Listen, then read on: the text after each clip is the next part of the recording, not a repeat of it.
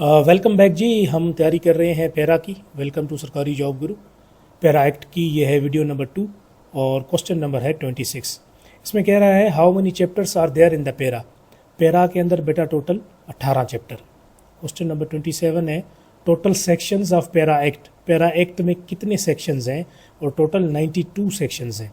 ये important question है। ये इंपॉर्टेंट क्वेश्चन इसलिए है कि कभी कभार ये जनरल लॉ कितने हैं, स्केड्यूल कितने हैं, इनके क्वेश्चन भी आ जाते हैं। अच्छा जी, नेक्स्ट क्वेश्चन है the number of schedules in para act.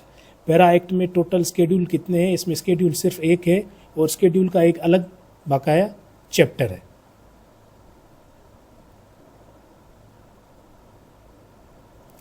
Next question की तरफ चलते हैं बेटा। वो है the authority is responsible for enforcing. मैंने आपको पहले कहा था पैरा एक्ट हमेशा स्केड्यूल्ड लॉज को क्या करता है, इन्फोर्स करता है। कौन से लॉज को बेटा, स्केड्यूल्ड लॉज। नेक्स्ट क्वेश्चंस की तरफ चलते हैं।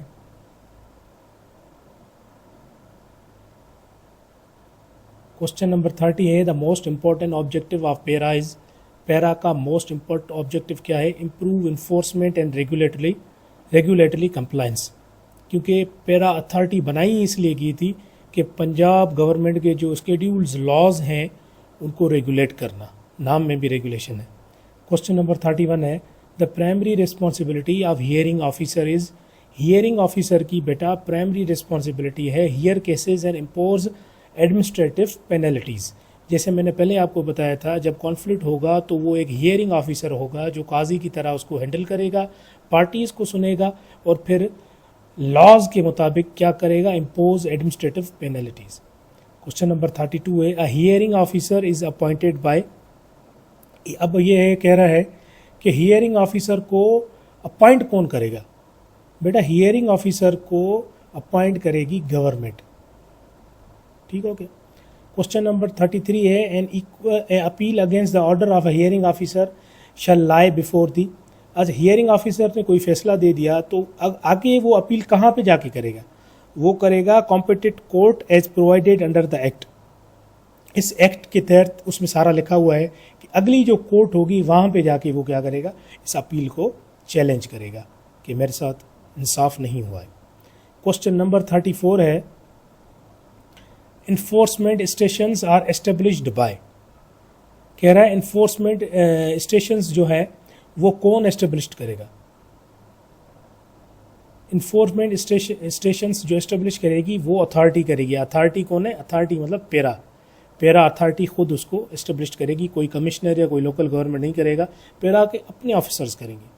अच्छा जी, क्वेश्चन नंबर 35 है the purpose of an enforcement station. मतलब पैरा के थानों का पर्पस क्या है, उनका पर्पस है इन्फोर्स द स्केड्यूल्ड लॉ, जो लॉज हैं उनको इन्फोर्स करना। क्वेश्चन नंबर 36 है which officer main normally supervise the staff of an enforcement station officer designated by authority.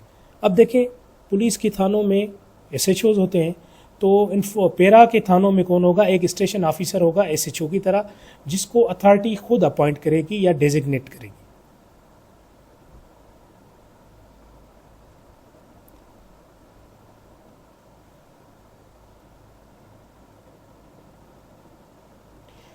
Next question है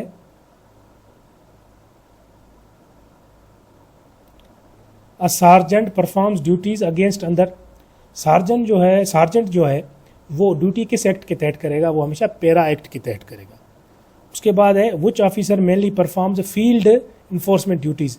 मतलब फील्ड में ड्यूटी कौन करेगा, फील्ड में इन्फोर्समेंट कौन करवाएगा। फील्ड में जो इन्फोर्समेंट कराएगा वो है इन्फोर्समेंट ऑफिसर। इन्फोर्समेंट ऑफिसर बाकायदा एक जॉब है, जिस सार्जेंट है इसी तरह इन्फोर्समेंट ऑफिसर है, फील्ड में मेनली वो काम करेंगे। ठीक हो गया बेटा।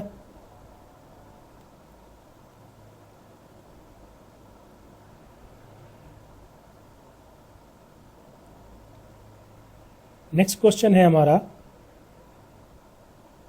The investigation officer is primarily responsible for collecting evidence and conducting investigation. जैसे जिले पुलिस में होता है वैसे ही। तो बी ऑफिसर क्या है, बी आंसर क्या है, राइट आंसर है। क्वेश्चन नंबर 40 है which of the following is not a function of investigation officer. Investigation officer का फंक्शन क्या होता है, स्टेटमेंट रिकॉर्ड करना भी इनका फंक्शन है, एविडेंस कलेक्ट करना भी इनका फंक्शन है, सबमिट रिपोर्ट इनका फंक्शन है, इम्पोजिंग पनिशमेंट कॉमन सेंस की बात है, अफसर कभी भी पनिशमेंट नहीं देता, वो कोई कॉम्पिटेंट अथॉरिटी देती है। ठीक हो गया। अब हमारा जो पोर्शन है बेटा वो सिनेरियो बेस्ड क्वेश्चन है, क्वेश्चन नंबर 41 के बाद। यहाँ पे क्या सिनेरियो है, during an inspection an enforcement officer find an illegal enforcement on government land पे कोई कब्जा करके बैठा है। The lawful action should be, action क्या होगा, proceed according to para act and scheduled law. Scheduled law और पैरा एक्ट के तहत जो लिखा हुआ है वही होगा, उसके अंदर जो चीज़ें लिखी हुई है उसके तहत एक्शन होगा। क्वेश्चन नंबर 42 है, a person obstructs an enforcement officer while performing duties, the conduct is, कोई अफसर है पैरा का, वो अपना काम कर रहा है और उसकी ड्यूटी के दौरान कोई एक पर्सन है प्राइवेट जो ड्यूटी के दौरान उसको काम करने नहीं दे रहा और रंडके पेश कर रहा है। ऐसी सिचुएशन में क्या होगा बेटा, ऐसी सिचुएशन में अफसर क्या करेगा,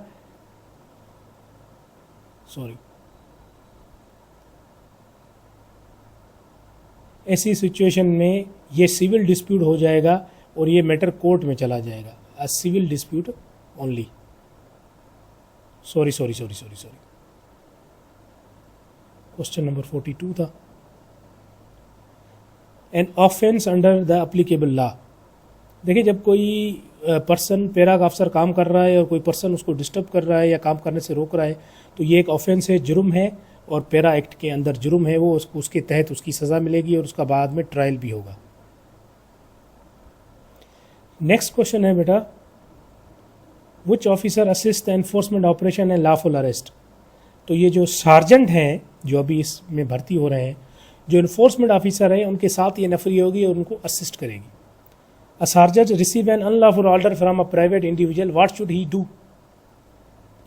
अब कोई भी सार्जेंट है उसको अनलॉफुल कोई बंदा प्राइवेट कहता है कि ये अनलॉफुल काम करो, तो वो क्या करेगा, follow only lawful orders from a competitive authority.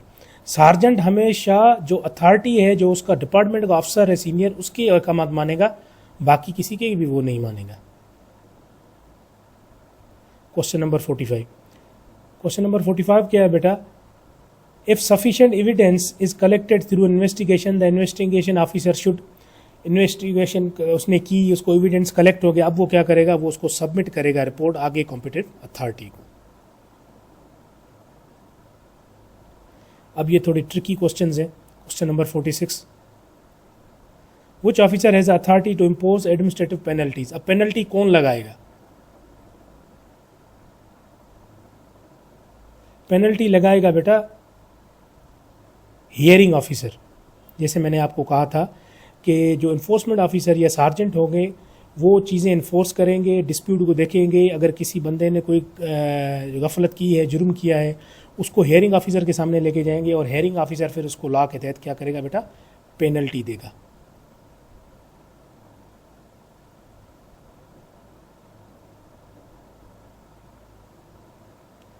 Question number 47 है, which officer is responsible for hearing the accused before imposing a penalty. Hearing officer जो है ना, ये उसकी रिस्पॉन्सिबिलिटी है क्योंकि वो काजी है, वो अक्यूज्ड को जिस पे इल्ज़ाम है उसको सुनेगा, फिर उस पर उसको सज़ा देगा या उसको छोड़ देगा, जैसे इन्वेस्टिगेशन हुई उस मुताबिक। The main purpose of an arrest under para is, para arrest क्यों करती है, पैरा इसलिए अरेस्ट करती है, ensuring enforcement of schedules law through legal procedure, ताकि जो लॉ है उनको लीगल प्रोसीजर के तहत इन्फोर्स किया जाए। उसके बाद क्या है, after an arrest 49 question, after legal proceeding are governed primarily by the, मतलब अरेस्ट के बाद जो सारी लीगल प्रोसीडिंग हो रही है वो किस लॉ के तहत हो रही है, वो हो रही है code of criminal code 1899 criminal procedure के तहत। जैसे पुलिस के पास भी यही है, पैरा भी जो लोगों को सजाएं देता है हियरिंग ऑफिसर के तहत, वो क्रिमिनल प्रोसीजर 1898 के तहत देता है।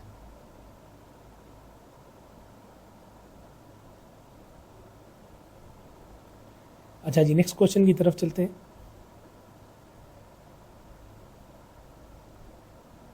Question number 51, which of the following officer is not authorised to decide guilt and impose an penalty. मतलब कौन सा ऑफिसर है उसको जो जिसके पास ये पावर नहीं है कि जो उसको सज़ा दे सके, इन्फोर्समेंट ऑफिसर, क्योंकि ये तो फील्ड का ऑफिसर है, जैसे पुलिस वाले होते हैं, सजाएं देना तो हियरिंग ऑफिसर का काम है। अच्छा 52 कहता है enforcement officer is empowered to, अब इन्फोर्समेंट ऑफिसर को क्या क्या पावर हासिल है, कंडक्ट कर सकता है ऑपरेशन, वायलेशन को इंस्पेक्ट कर सकता है, taking action according to act, act के तहत उधर उसको सील कर सकता है, मतलब all of above. A sergeant is best described as, मतलब सार्जेंट कौन है, सार्जेंट है, इसका सही ऑप्शन है B, an operational enforcement official working under the authority, authority के तहत एक ऑपरेशनल ऑफिसर है, लेकिन ये इन्फोर्समेंट ऑफिसर का क्या है बेटा, जूनियर है।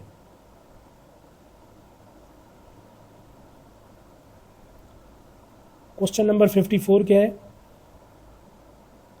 The investigation officer perform the duties during the investigation stage, जाहिर है जब इन्वेस्टिगेशन हो रही होगी तभी वो ड्यूटी करेगा।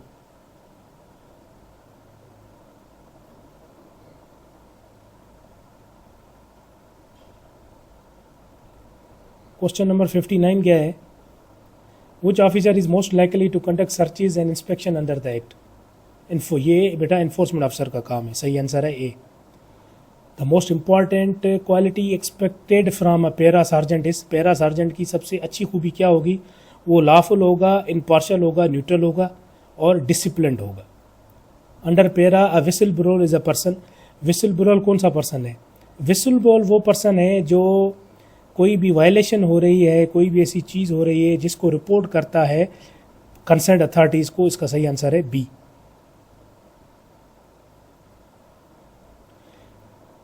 क्वेश्चन नंबर 62 क्या है, क्वेश्चन नंबर 62 है scheduled law refer, schedule law का मतलब क्या है, वो लॉज जो पैरा एक्ट के चैप्टर स्केड्यूल के अंदर लिखे हुए हैं उन लॉज को कहते हैं स्केड्यूल्ड लॉ, तो right answer is answer number B. Question number 63 क्या है, which of the following best describes an encroachment, encroachment का मतलब क्या है,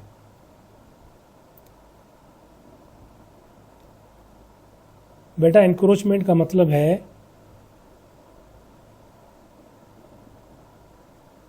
इंक्रोचमेंट का मतलब है purchase of a private, sorry unauthorised occupation of obstruction of a public property, public property को एक ऐसा पर्सन उस पर जाके कब्जा करे जिसको ये अथॉरिटी ना हो।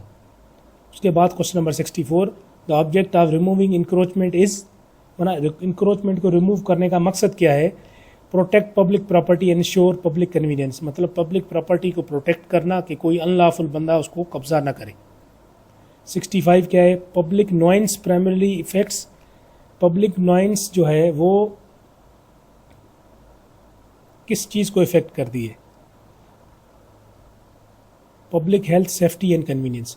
पब्लिक नॉइंस का मतलब ये है कि आवाम के अंदर कोई भी ऐसे मसला हो जो आवाम को डिस्टर्ब कर रहा हो, डिस्कम्फर्ट कर रहा हो, उससे ये चीज़ें जो है ना इफेक्ट होती हैं, हेल्थ भी, सेफ्टी भी और कन्वीनियंस भी।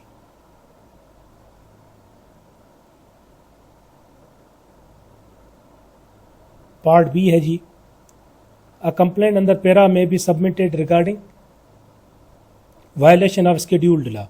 इस वजह से मैं आपको कहता हूं कि आप एक्ट खोलें और स्केड्यूल चैप्टर को एक दफ़ा ज़रूर पढ़ें। स्केड्यूल लॉज की कोई भी वायलेशन करेगा जो उस लॉज के अंदर लिखे हुए हैं तो वो पैरा एक्ट के तहत उसकी कार्रवाई होगी, उसकी शिकायत होगी। अब कहता है द अथॉरिटी में एस्टेब्लिश अ सिस्टम फॉर, मतलब कह रहा है कि अथॉरिटी जो है वो एक सिस्टम एस्टेब्लिश करेगी, किस लिए सिस्टम एस्टेब्लिश करेगी, व्हीकल रजिस्ट्रेशन के लिए। ठीक हो गया।